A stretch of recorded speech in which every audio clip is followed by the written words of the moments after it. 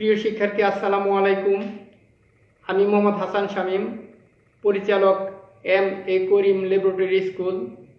আজকের অনলাইন ক্লাসে তোমাদের সবাইকে স্বাগতম। আজকে রসায়নের একটি গুরুত্বপূর্ণ টপিক নিয়ে আলোচনা করব।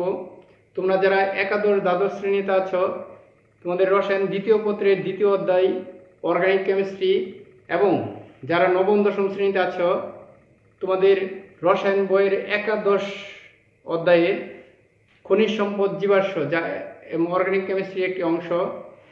এখানে একটি গুরুত্বপূর্ণ টপিক, কিভাবে আমরা অ্যালকেন প্রস্তুতি করব। তো আজকের ক্লাসের পর থেকে তোমরা অ্যালকেন গ্রুপের যে কোনো সদস্যের প্রস্তুতি যদি করতে চাও, খুব সহজেই করতে পারবে। তো এটার জন্য আমাদের প্রথমেই জানা দরকার অ্যালকেন কি এবং অ্যালকাইল মূলক কি, এই দুইটার সম্বন্ধে আমাদের জানতে হবে। তোমরা জানো অ্যালকেন হচ্ছে যে হাইড্রোকার্বনে কার্বন শিকলে কার্বন কার্বন একক বন্ধন বিদ্যমান, তাকে অ্যালকেন বলে।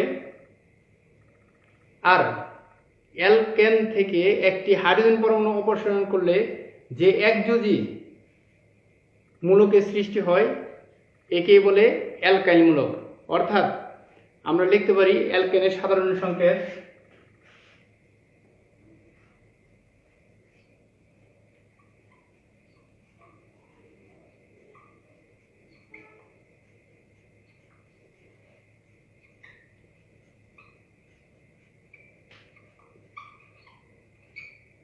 CnH2n+2, আর অ্যালকাইলের সাধারণ সংকেত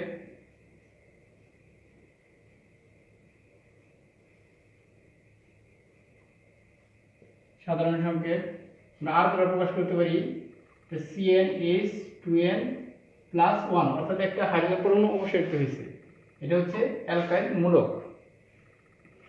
তাহলে এখানে যদি n এর মান 1 ধরা হয়, অ্যালকেন হবে C1H2 × 1+2, অর্থাৎ CH4, নাম মিথেন। n = 2 হলে কি হবে? C2H, 2 2 4 আর 2 6, অর্থাৎ C2H6, এটা হচ্ছে ইথেন। একইভাবে n = 3 হলে C3H, 3 2 6 আর 2 8, C3H8, এটা হচ্ছে প্রোপেন। n = 4 হলে C4H, 4 2 8 প্লাস 2, অর্থাৎ C4H10, যার নাম হচ্ছে বিউটেন। একইভাবে n = 5 হলে পেন্টেন, 6 হলে হেক্সেন, n = 7 হলে হেপটেন, n = 8 হলে অক্টেন, n = 9 হলে ননেন, n = 10 হলে ডেকেন ইত্যাদি। যেমন n = 10 হলে C10H22, ঠিক আছে, এই হচ্ছে ডেকেন। তাহলে আমরা অ্যালকেনের সাধারণ সংকেত জানলাম এবং এর বেশ কিছু নাম, সদস্যের নামও জানলাম। পরবর্তী আসি আমরা অ্যালকাইল। অ্যালকাইলের সাধারণ সংকেত হচ্ছে আর দ্বারা প্রকাশ করা হয় Cn, অ্যালকাইল মূলক। CnH2n+1, একটা হাইড্রোজেন পরমাণু অপসারণ করলেই অ্যালকাইল মূলকের সৃষ্টি হয়। অর্থাৎ মিথেন থেকে যদি CH4 থেকে একটা মূলক হাইড্রোজেন বাদ দিই, তাহলে হয় কত? CH3, যেটার নাম হলো মিথাইল।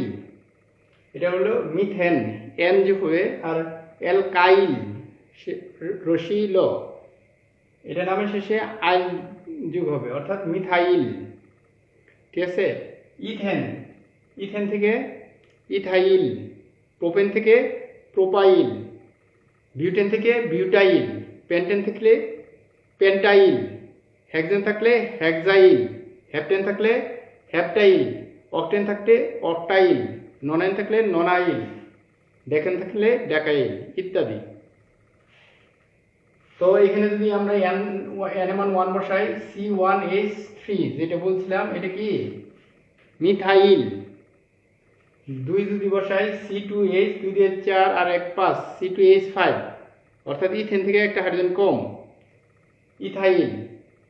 n = 3 হলে C3H, 3 2 6 আর 1 7, C3H7, অর্থাৎ প্রোপাইল ইত্যাদি। তাহলে আমরা জানলাম অ্যালকেন আর কি অ্যালকাইল মূলক সম্বন্ধে। এখন আমাদের মূল যে টপিকস ওই টপিকসে আসি, যে অ্যালকেন প্রস্তুতি। আমরা এখানে একটা কার্বক্সিল অ্যাসিডের লবণ থেকে কার্বক্সিলেশন দ্বারা আমরা অ্যালকেন প্রস্তুত করব। তো এই যে এই সমীকরণের সাহায্যে আমরা এই বিক্রিয়ার সাহায্যে আমরা অ্যালকেন সদস্যের অ্যালকেন গ্রুপের যে কোনো সদস্যের প্রস্তুতি করতে পারবো। তাহলে ডিকার্বক্সিলেশন দ্বারা, এটা হচ্ছে কার্বক্সিলিক অ্যাসিডের সোডিয়াম লবণকে সোডা লাইম সহ যদি উত্তপ্ত করা হয় তাহলে অ্যালকেন পাওয়া যায়। অথবা আমরা এভাবে বলতে পারি, ক্যালসিয়াম অক্সাইডের উপস্থিতিতে কার্বক্সিল অ্যাসিডের সোডিয়াম লবণকে সোডিয়াম হাইড্রোক্সাইড সহ উত্তপ্ত করলে অ্যালকেন পাওয়া যায়। এখন এখানে আর হচ্ছে অ্যালকাইল মূলক। তোমরা জানো অ্যালকাইল মূলকের আমরা কি দ্বারা প্রকাশ করেছিলাম, আর ইকুয়াল টু CnH2n+1। আর এখানে যে কার্বক্সিলিক অ্যাসিড আছে, এখানে কার্বক্সিল মূলক অ্যাসিডের লবণ থেকে কার্বক্সিল মূলকটি কার্বন ডাই অক্সাইড হিসেবে অবশিষ্ট হয় বলে একে ডিকার্বক্সিলেশন বলে।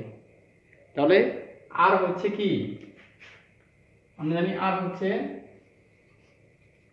CnH2n+1।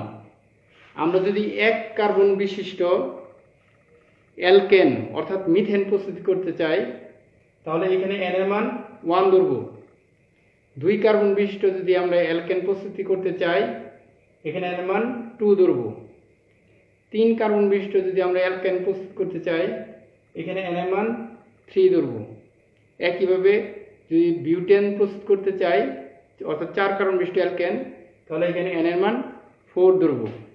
এবং এই r এর মানগুলো এখানে যদি আমরা প্রতিস্থাপন করে r এর পরিবর্তে r এর মানগুলো লিখি তাহলেই আমাদের প্রস্তুতি আসবে। একটা উদাহরণ দেখা যাক। n = 1 হলে r হয় C1H3। তাহলে আমরা যদি এখানে r এর পরিবর্তে লিখি CH3 COONA plus NaOH calcium oxide CH3H plus Na2CO3। এই তো n এর মান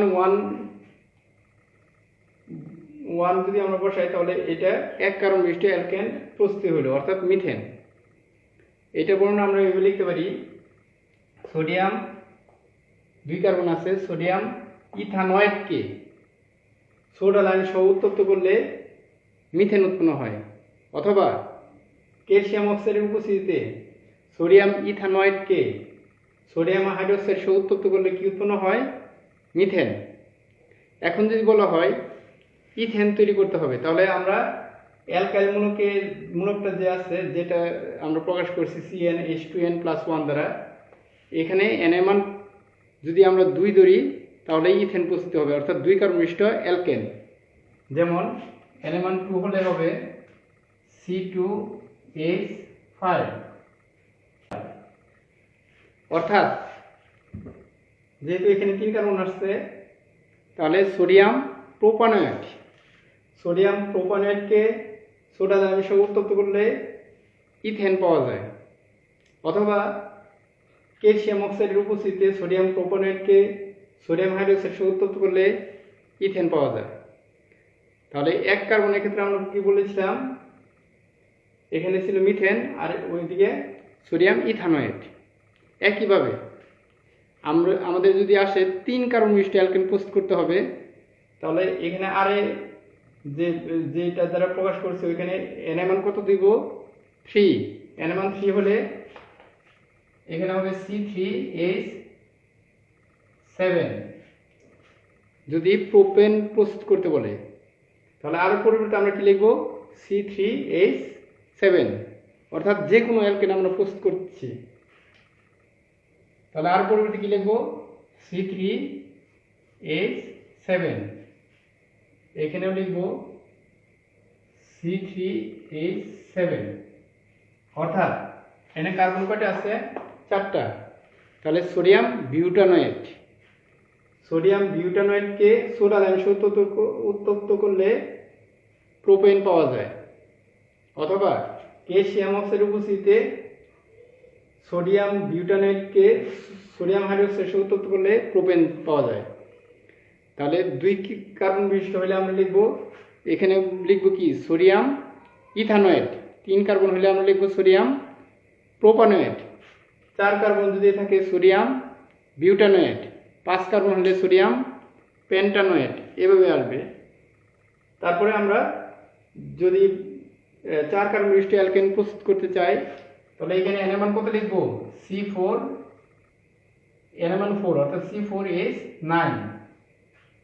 তাহলে এই আর এর মানটা যদি আমি এখানে বসায় দেই, তাহলে 4 কার্বন বিশিষ্ট অ্যালকেন প্রস্তুত হবে। C4H9। তাহলে এটা যেহেতু এখানে কার্বন সংখ্যা 5, তাহলে আমরা বলবো সোডিয়াম পেন্টানয়েডকে সোডা লাইন সহ উত্তপ্ত করলে বিউটেন পাওয়া যায়, অথবা বিউটেন উৎপন্ন হয়। অথবা ক্যালসিয়াম অক্সাইডের উপস্থিতিতে সোডিয়াম পেন্টানয়েডকে সোডিয়াম হাইড্রোক্সাইড সহ উত্তপ্ত করলে বিউটেন পাওয়া যায়। আশা করি তোমরা এটা বুঝতে পেরেছ। তো আজকের ক্লাসের পরে অ্যালকেন প্রস্তুতি আমরা খুব সহজেই লিখতে পারবো। তো আজকে এই পর্যন্তই। তোমরা ভালো থাকো, সুস্থ থাকো। ধন্যবাদ।